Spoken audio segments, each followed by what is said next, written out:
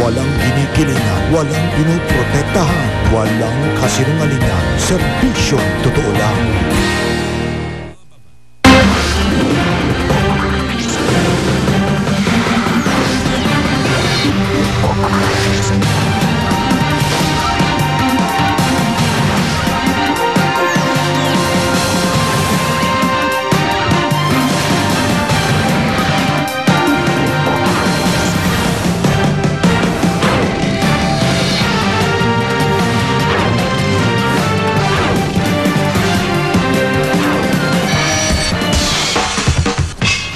Kasama niyo nag-iisang liga ng katotohanan. Narito na ang mga balitang dapat nating sama-samang saksihan.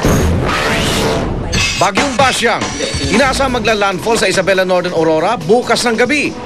Ilang lugar sa Luzon itinaas na sa signal number 1. Dalang ulan ng Bagyong Basyang sapat kaya para madagdagan ang level ng tubig sa nanunuyot pa ring Angat Dam. Pangulong Noynoy Aquino, mas mataas pang nakuha ang trust rating kumpara sa nakuha ng kanyang inang si dating Pangulong Cory. Vice President Jejomar Binay, pinagkokomento na ng Korte Suprema sa electoral protest ni Mar Rojas. WBO Super Bantamweight Champion Ana the Hurricane Hulaton, mainit na tinanggap sa kanyang unang pagdalaw sa Pilipinas.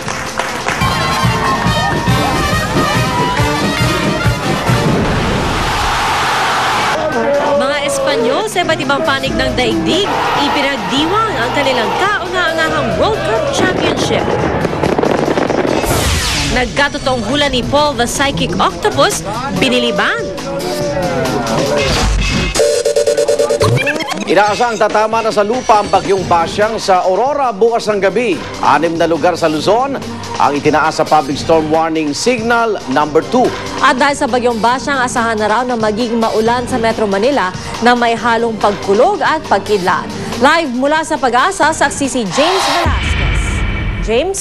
Yes, Igan Pia, base nga sa pinakahuling weather forecast ng Pag-asa, inaasa magla-landfall ang Bagyong Basyang sa Aurora bukas ng gabi. Huling namataan ang Bagyong Basyang sa layong 320 km mula sa silangan ng Viraca, Catanduanes. Taglay nito ang lakas ng hangin umaabot sa 95 km per hour at bugsong umaabot sa 120 km per hour. Kumikilos ang bagyo sa bilis sa 22 km per hour sa direksyong west-northwest. Nakataas ang Public Storm Warning Signal number 2 sa Catanduanes, Camarines Norte, Polillo Island, Aurora, Quirino at Isabela. Signal number 1 naman sa Camarines Sur, Albay, Quezon, Rizal, Bulacan, Nueva Ecija, Nueva Vizcaya, Ifugao, Benguet, Mountain Province, Kalinga at Cagayan. Kung magpapatuloy sa ganitong bilis ang paggalaw ng bagyo, inaasahang Martes ng gabi ay magla-landfall na sa Aurora si Basyang. Miyerkules ng gabi, tinatayang nasa 120 kilometers west-southwest na ito ng lawag. Sa makikita naman natin sa satellite imagery, halos hindi naman masyado makapal yung pag-uulap.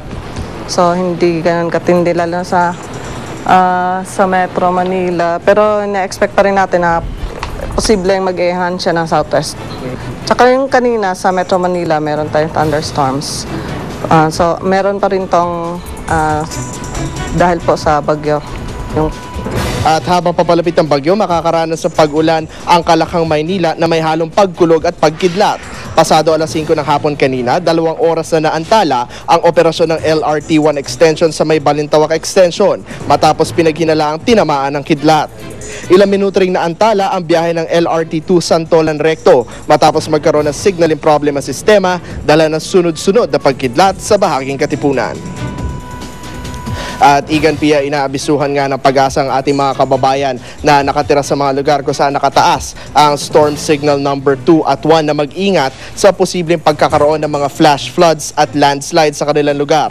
Pansamantala na rin ipinagbawal ng Coast Guard ang pagbiyahe pahilaga ng mga sasakyang pandagat na may timbang na bababa sa 1,000 tonelada. Live mula sa Quezon City, ako si James Velasquez, ang inyong saksi. Hindi pa rin daw sapat ang dalang ulan ng Bagyong Basyang para maitaas ang level ng tubig sa nanunuyot pa ring Angat Dam. Pero para di na magkagulatan sa dami ng ulang ibubuhos ng bagyo, pinaghahandaan na po ng Pag-asa ang pagdaragdag ng Doppler radars na susukat sa dami ng ulan. Saksi si Maris Umali. Pagkatapos ng mahabang tagtuyot, pumasok na sa bansa ang pangalawang bagyo ngayong taon, ang Tropical Storm Bashang. Pero kahit sinabi na ng Pag-asa na posibleng mananatili si Bashang sa loob ng Philippine Area of Responsibility sa susunod na 3 hanggang 5 araw, mukhang hindi pa rin ito ang magiging solusyon para maitaas ang level ng Angat Dam na pinagkukunan ng 97% ng tubig ng Metro Manila. Nasa all-time low pa rin ang 157.94 meters na water level ng Angat. Malayong-malayo na sa critical level na 180 meters. At mas mababa pa sa 158.29 meters noong September 13, 1998 sa kasagsagan din ng El Nino. Ayon sa Pag-asa, mangangailangan ng 600 to 700 millimeters na volume ng ulan para maibalik sa normal na water level ang Angat na 181 meters. Ang isang gusto namin sanang senaryo na mangyari itong Bashang, medyo lumakas siya ng konti, lalakas siya. Kasi yung maganda kasi yung track niya, na-enhance niya yung habagat. Kung ma-enhance yung habagat, kahit na medyo northern Luzon ang track ng bagyo, yun ang magpapaulan. Sigurado yun sa watershed ng Angat. Pero mabilis daw sa ngayon ang takbo ng bagyong Bashang. Pag mabilis ang isang bagyo, maliit lang po yung oras niya para mabigyan niya ng rainfall, amount of rainfall ang isang lugar. Gayunman, walang makakalimot sa pinsalang dulot ng di inaasahang napakalakas na buhos ng ulan na dala ng bagyong Ondoy. Sa loob lang ng 24 oras, 455 millimeters o katumbas ng halos isang buwang pag-ulan ang bumuhos sa Kamaynilaan, dahilan para malubog ang maraming bahagi at mag-iwan ng mga kalunos-lunos na tagpo. Dahilan ng Pag-asa noon, hindi raw nila natansyang dami ng ulang dala ni Ondoy. Kaya para di na maulit ang trahedya, pinaghahandaan na ng Pag-asa ang pagdaragdag ng 8 pang Doppler radars na ginagamit para masukat kung gaano kadami at kalakas ang ulan at hanging dala ng bagyo. 2 Doppler pa lang ang gumagana ngayon at madaragdagan ng isa sa Agosto at isa pa sa Setyembre. Nangako naman ng Japan International Cooperation Agency na popondohan nito ang 3 pang Doppler radar para sa Apari, Virac at Giwan sa Eastern Samar na nagkakahalaga ng $30 million. Pero sa loob pa ng 3 taon ito inaasahang magiging operational. Kahit naman pumasok na ang ikalawang bagyo ng taon, sinabi ng Pag-asa na hindi pa ito ang hudyat ng La Nina na inaasahang papasok sa huling bahagi ng Agosto. Sa ngayon, tutok ang gobyerno sa pagbuo ng National Disaster Risk Reduction and Management Council na papalit sa National Disaster Coordinating Council o NDCC. Layo nitong palawigin sa 38 mula sa dating 18 ang bilang ng mga ahensya, NGO at civil society na magtutulong-tulong tuwing may kalamidad. Ako si Maris Umali, ang inyong saksi. At dahil sa mga pag-ulan, muling nagpaalala ang Department of Health sa mga usong sakit tulad ng dengue at trangkaso. Kabilang dyan ang influenza AH1N1 na ordinaryong trangkaso na lang kung ituring ngayon ng Department of Health. 6 na positibong kaso ng AH1N1 sa Candon, Ilocos Sur, pero lahat sila ay magaling na. Patuloy na minomonitor mga kaanak nila at iba pang mga nakasalamuha.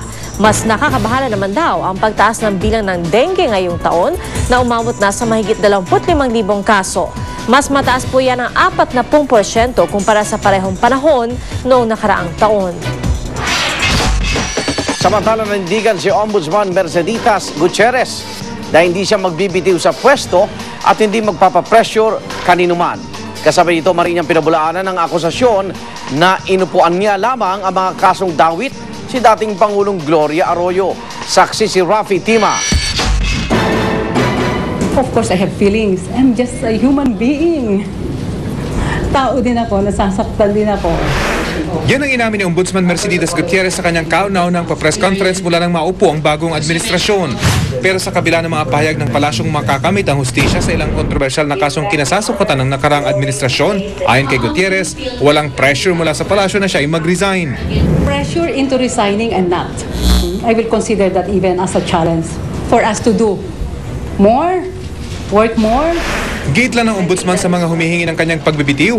Walang nakasaad sa saligang batas na pwede siyang matanggal sa pwesto dahil lang malapit siya sa pamilya Arroyo. The Constitution enumerates specific grounds for impeachment. Alleged closeness to the appointing authority is not warranted. Pinabulaanan din ni Gutierrez sa mga akusasyong inuupuan niya ang mga kasong dawit si dating Pangulong Gloria Arroyo.